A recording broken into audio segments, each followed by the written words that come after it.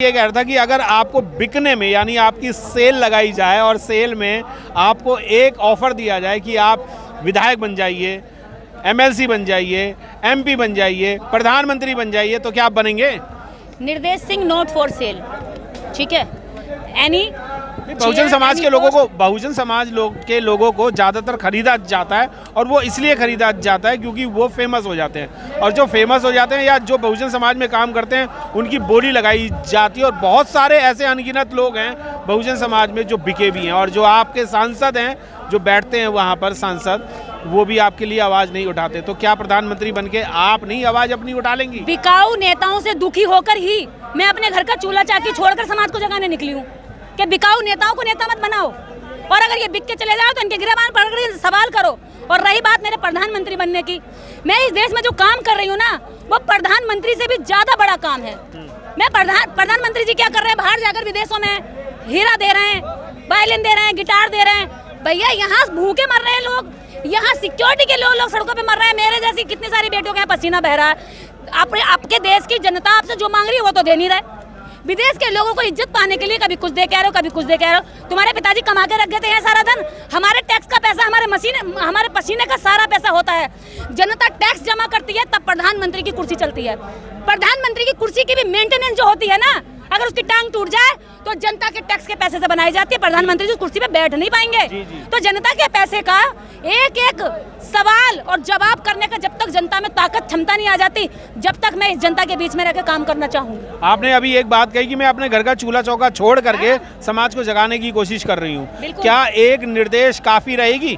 देखिए, एक निर्देश, एक नींबू की बूंद 100 लीटर दूध ले लो, और एक नींबू की बूंद, सिर्फ एक बूंद कह रही हूँ मैं, 100 लीटर दूध में डाल देना, तो 100 लीटर दूध को काम का नहीं छोड़ती है। ठीक है, मैं वही नींबू की बूंद, ठीक। और अगर एसिड में चलेगी तो और ज्यादा एसिड हो जाऊंगी। अच्छा, एक चीज और होती है, मैंने कई बार ये सुना है, मैंने गांव देहात में भी और शहरों में भी सुना है कि पुरुष जो हैं वो महिलाओं को ये कहते हैं, अरे तू रोटी बना, मैं अभी आया। तो जब वो उन्हें चोले चूके से ही नहीं निकलने देंगे तो फिर आपकी आवाज़ सुनने महिलाएं कैसे आएंगी? देखिए, मैं उन पुरुषों से कहना चाहती हूँ कि चूल्हा चौके के साथ साथ वो अपने आपके बच्चे भी संभाल रही हैं। ये मत सोचो कि आपको पकी पकाई रोटी खिला रही हैं। अरे वो आपको पके पकाए मनुवादी बच्चे भी पैदा करके दे रही हैं घर में। आप तो रोटी खाने के लालच में बच्चे उनके पास छोड़ जाते हो। भैया, वो केवल चूल्हा चौका संभाल नहीं रही है, वो आपके बच्चों के अंदर हमारे मनुवादी दुश्मन एजेंट की विचारधारा को भी डाल रही है। बेटा, ये है देवी मैया, पूजा कर।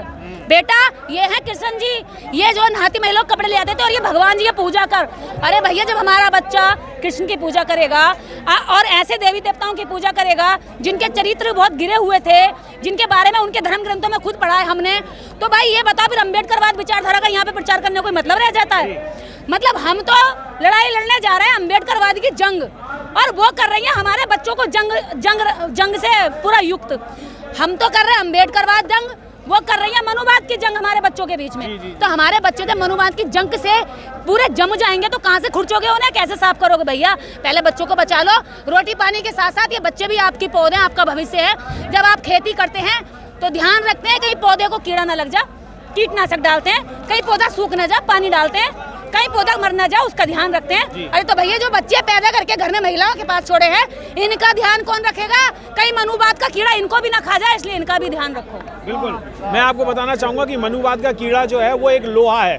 जी हाँ, बिल्कुल, लोहा बेशक स्ट्रांग जरूर होता है, पर लोहा अपने आप को ही खाता है। और वही जंग जो है वो हमारे समाज में भी आ चुका है कि लोहा हम लोग बन तो रहे हैं, पर हम लोहा जो बन रहे हैं वो जंग वाला बन रहे हैं, और जंग ही लोहे को खा जाता है, लोहा ही जंग को खा जाता है, अपने आप को खाता है। तो हमें आज लोहा नहीं, हमें आज स्टील बनना है और स्ट्रांग बनना है। जब भी बहुजन समाज आगे बढ़ेगा और बहुजन समाज के हित में पूरे भारत में काम होगा। जय भीम, नमो बुद्धाय। मिलेंद्र गौतम, जंतर मंतर से।